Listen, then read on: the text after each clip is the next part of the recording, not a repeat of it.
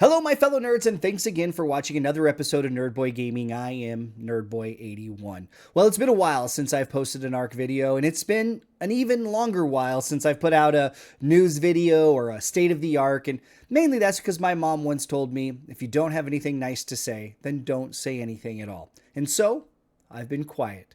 However, I think I found a loophole. See, one of my favorite games, No Man's Sky, has recently launched its 35th free update, and I thought this would be a great opportunity to contrast the two studios, look at the differences of the games, and give me a reason to talk a little bit about ARC in a slightly more negative way. Again, I'm not trying to put it completely down. There is some positive there, but I'm going to look at these two. So sit back and let's dive in to the contrast of Snail Games, Wild Card, and of course, Hello Games. So let's start with Snail Games. And unless you've been living under a rock or haven't had access to the internet, you're probably already aware of the mind-boggling and baffling steps that have happened and things that Snail Games has done in the last couple weeks, which has been a real middle finger to the community, to the fans, and frankly to Wildcard themselves. But Wildcard has a part to play in some of this that we'll talk about as well. It's been about 10 years since ASE has launched, so at GDC, Snail Games came out and announced a new map, Aquatica. At the time, the first thing that came across my news story is new map Aquatica. Very exciting. But then the snowball started rolling downhill. First, they announced it's going to be for Evolved, which, scratch head, why are you making a map for a game that has been out that you're pushing us away from? But okay. Then they launch their trailer, which has to be one of the worst trailers I've ever seen for a game in the history of gaming. I mean, it was the lack of effort that they put into this particular trailer tells me that they put absolutely no effort into the map as well. And if you were planning on playing it, I would imagine it's not going to be very good just based on the trailer alone. The view is terrible, where they're looking, the graphics, it all looked terrible. But Snail Game, being Snail Games, wants to one-up itself and then goes on and launches a fully AI-created trailer that was just an abomination. First off, AI trailers should not exist in gaming. I want to see gameplay, not some computer-generated garbage. But secondarily, they put this out and there is no ARC themes. It doesn't really feel like ARC. It's AI from top to bottom. Even the voiceover is AI. It's janky. It looks like AI. It is absolutely an abomination of trailers. But wait, there's more. It's only published by Snail Games and developed by Snail Games, so they're completely leaving Wildcard out, but it's also only going to be on PC. So console players, even though you've enjoyed the game, sorry, you're just SOL. But wait, there's more. We're also going to bring back official server support for ASE Aquatica. The same people who have shut down server support, which was heartbreaking for so many fans. Now, I was newer to the game, so that didn't really impact me, but there's so many, I've heard so many voices and seen this from so many fans. People were so upset that they ended the official support for official servers for ASE and then hadn't even launched ASA yet, and it was going to require it just was such a heartbreaking moment. So they're going to relaunch server support for a limited time so that after you put in your 100 hours or so, they can just pull the rug out from underneath you one more time. Snail Games, congrats. You have officially just given the middle finger to all of your fans and community. You make this game hard to support to some extent, but you're the publisher. Let's talk a little bit about Wildcard, because Wildcard, you're not free and clear either. Now, I will admit you put much more love and dedication and heart into your projects. You would never allow this garbage to have happened. In fact, GP put it on his channel. You can certainly go look at it. He found some documents that showed that this was going to come for ASA, but then they recanted that. There's even an image that showed next-gen consoles it was going to come out on. Clearly, they had hoped that they would put this out on ASA, and obviously Wildcard's probably like, hey, we're too busy on our own roadmap that we can't achieve, let alone then adding another new map. Now, ASA, more than anything, needs new content. It's important, and Aquatica seems like a good idea for a map, but it needs time to be developed and created and put in process in a way that is, at least in line with the capabilities of the game. But Wildcard, I do have some grief to give you as well. This game is still in early access. You guys are consistently pushing out new content, but yet there are still some very fundamental problems with the game. Now, I know I've been talking a lot about the water in my past videos, and it is a frustration for me because I play other games where the water looks good, including No Man's Sky, which has recently made the water look amazing. And that's not running on Unreal Engine. It's just so clear that this game is so poorly optimized. And so there was a plan to put out Unreal Engine 5.4 that eventually said, oh, we're not going to do that. We're going to give you 5.5 and we're going to give it to you in March. That was the roadmap you guys put out, including Ragnarok in April, other maps coming, and then Lost Colony, which is supposed to come out in June. However, there's a big question mark as we have yet to this day seen when Unreal Engine is actually going to drop. This update is likely going to be delayed. We are expecting an update on March 28th on Friday during its crunch. The following Monday is the end of the month. So if they're going to get it out, they're going to get it out between now and the end of Monday. I just feel like that would be such a secondary thought. I have this sneaky suspicion it's going to be April, May, June, maybe later, because they're probably focused on getting Lost Colony out. Additionally, they just launched a skin pack that's $15, which is not just a $5 transaction. It's a $15 skin pack, which it has a lot of content in it.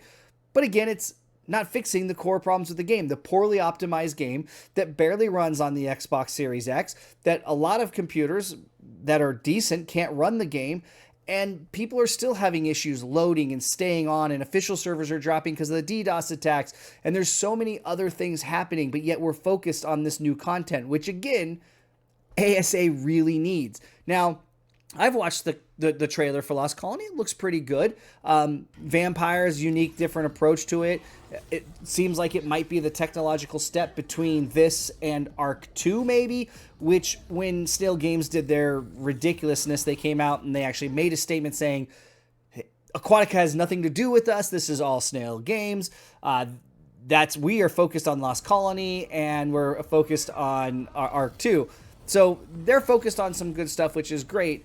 But you still have a game that is janky in places and frankly is under-optimized and causing issues. And we really have been relying on the new content to come out from the premium mods or the modding community. I mean, Asteros was dropped as was going to be a premium mod. It came out, then it decided to be added as a DLC. And from what I've read and heard, it's not fully completed, only about 30% complete. And you had to pay for it because we need money. That's my frustration right now with Ark, Wildcard, Snail Games. So let's contrast that to Hello Games. Hello Games is a smaller indie developer with somewhere between 50 and 70 employees compared to the 100-ish to 120 that Wildcard has. Hello Games self-publishes, so they don't have to rely on another organization or another company to say what's going to happen for their IP and their game. They solely own it. So they have a little bit more flexibility. But they are just today released their 35th update, and it was completely free. It brings new content, new missions, a new expedition. It brings new things to the game that wasn't there yesterday. And it's out on all platforms today. Will it be perfect? Absolutely not. If you're not familiar with the No Man's Sky cycle, typically Sean Murray will tweet an emoji. Within a few days, you'll have a trailer. Within a few days, you'll have a drop. And then for the first week or two, you're going to get a ton of patches. There's going to be bugs. Things are going to be not working. The community will be a little bit frustrated, and then it'll slowly smooth out as we move on. But they will smooth it out, and they'll consistently put out updates and patches and not start focusing on the next thing they're going to give you. Or No Man's Sky, Hello Games, No Man's Sky, updates are free. There's no in-game purchases, no skins, no packs, no downloadable content that is paid for. All of it is included with these upgrades, and it's given to everybody free of charge. And on top of that, typically prior to a update or a major update, we usually will see on Steam and Xbox Store the game go on sale for 50%. And they give it, they work under the emphasis that if the game is good, the content is there, more people will come, more people will buy it, and we will expand our player base. And that is what has happened. And the game has grown, and they have made a good amount of revenue from this, that they've been able to expand their studios from the original 12 that developed it, and they've been able to grow it. Now, No Man's Sky didn't have a great start, right? No Man's Sky infamously failed in 2016, was way overhyped. It was not a great start, but they buried their nose, they got to work, and they made it right, and they gave us free content over and over and over again. 35 times now they've launched a named update that brought content and things to the world that were, some of which was promised at launch, it wasn't there admittedly, and some of it that is way beyond what we ever expected. You contrast that to what Snail Games and Wild is doing, it is such a different approach. And you look at the communities, and I'm part of both of them. I follow people on No Man's Sky. I follow people on Ark. I see, great. Right now, the Ark community, even the best creators are frustrated at Ark. Great content creators, some of the best, some of the biggest in the space are frustrated. And some are leaving. And some are just going to take a break and play other games like No Man's Sky. And maybe they don't come back. Maybe they bring their fan base with them over to a new IP, while Wildcard promises us new content and doesn't ever deliver on time. Even today, announcing a delay for the new dinosaur, the elephant, whatever, I don't know the name of it, and the skin pack is delayed a day. It's just typical. Even the simplest things they seem to delay. So there's no doubt in my mind that Unreal Engine's about to be delayed. Snail Games is just giving a huge middle finger to the community and frankly to Wildcard by putting out its own version of a map that, if the trailers and the things that they have done are any indication to the effort they've put into it, it's going to be hot garbage. And then they're even trying to say they weren't aware of the AI trailer while they have a posting for a job for AI prompters, paying up to $90,000. I mean, Raz Clark was able to put together, using AI, significantly better trailer than what was done by the garbage AI marketing team at Snail. It's insane. But then you look over here at Hello Games. They're getting ready to launch Light No Fire, which had like 8 million views in a few hours, like in a few days from when they announced it at the Game Awards. That's coming sometime in the future. A lot of what we see in No Man's Sky is going to be in Light No Fire, which is great, I think. But they're going to have a new IP coming. But they didn't shut down support for No Man's Sky while they went and worked on this new IP. They're keeping that one running, and that one's going to probably be updating for years to come. There is no end in sight. There is no No Man's Sky 2 or No Man's Sky Ascended that's going to launch on a whole new engine and bring new graphics and then look like a janky mess. Even today, I jumped on and I played ASA after all the updates today on the island, solo player, like I've been doing, flying the Terry around, and it's still not there. I mean, look at the differences between staring out in the horizons between the two games. I mean, in No Man's Sky, one of my favorite things to do is to explore planets, just to take pictures of these epic sunsets and rises and the water, and the fauna is a little bit off in places, but it's excusable to some extent. But these games have diverged in such different directions. Wildcard, Snail Games going this way, charging you for everything they do, from every animal they create to their ridiculous Nitrado exclusivities, to every map being almost as much as the game. I mean, Lost Colony is $30. The game was $49 or $45. I think I paid for it. Lost Colony is going to be $30 over here. It may not be Relics may not be a major update, but it's a whole new expedition, a whole new set of content made by a smaller team, and yet they're still finding a way to make money, to grow their game, and to release a new IP in Light No Fire. Wildcard, I know this isn't all on you because Snail Games has got a big part of this, but we can do better. So with that, guys, that's my Ark rant, but saying something kind, loophole with No Man's Sky. Let's be honest, I'm going to be honest, I just wanted to rant a little bit about Ark. It had been a while. I just wanted to get it out, but I also did want to talk about how another developer who makes survival games, yes, in space, not with dinosaurs, not quite as comprehensive gameplay, honestly, but a fun game nonetheless, is able to put out new content, new creations, and not charge us for every single thing. And there is no doubt that Snail Games is going to try to charge for Aquatica. I question if it's even going to happen by June. It's such a mess. The conversations between them is such a mess.